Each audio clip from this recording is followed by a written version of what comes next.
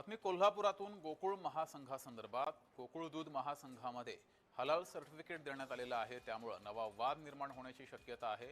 दूध संघाच्या प्रोडक्ट्सना हलाल सर्टिफिकेट दिलं गेलंय। गोकुळ दूध संघातील दूध, लोणी या सर्व प्रोडक्ट्सना हे सर्टिफिकेट देण्यात आलेलं आहे आणि या प्रकरणी हसन मुश्रीफ यांचं नाव समोर आले, त्यामुळे नवा वाद निर्माण होण्याची शक्यता आहे। तूप, लोणी, दूध पावडर यांना हे सर्टिफिकेट दिले गेले आहे।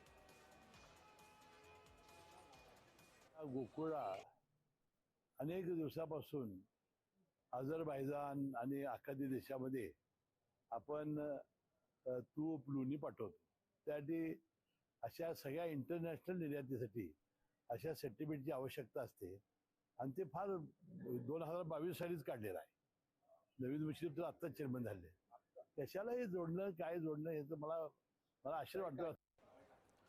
अधिक माहिती घेऊया, आपले प्रतिनिधी अमरसिंह पाटील आपल्या सोबत जोडलेले आहेत। अमरसिंह, नेमका काय प्रकार आहे, काय नेमकं प्रकरण आहे?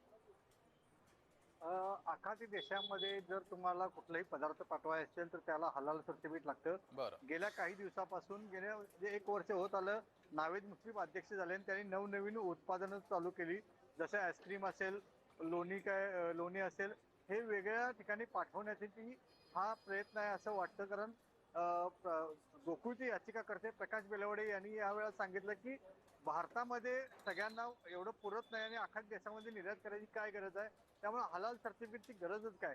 जर हसन मुश्रीफ हे 2022 सांगतायत आणि 2018 साली म्हणजे आज गोकुळने एक परिपत्रक जाहीर केले असतात की 2018 साली हलाल सर्टिफिकेट काढले। त्यामुळे पुन्हा एकदा हा वाद आहे की गोकुळमध्ये हे सर्टिफिकेट आलंच कधी, कारण आखाती देशामध्ये हे सर्टिफिकेट असल्याशिवाय तुमचं निर्यात करता येत नाही असं गोकुळचं म्हणणं आहे। याचिकाकर्ते यांनी सांगितलं की हे सर्टिफिकेट असलं भारतामध्ये सर्वांना पुरेल इतकं दूध आपल्याकडे असताना बाहेरच्या देशामध्ये का देण्यात यावं, असाही मुद्दा आलाय। सोशल मीडियामध्ये 2 दिवसापेक्षा जास्त दिवस झाले की हलाल सर्टिफिकेट हे फिरत आहे, कारण आता एक मुस्लिम चेअरमन या संस्थेचा आहे आणि सहकार संस्थांमध्ये मुस्लिम ठीक आहे, चेअरमन असणारी ही संस्था आहे, त्यामुळे याचा दुरान्वय परिणाम होण्याची शक्यता आहे। जगदीश, ठीक आहे।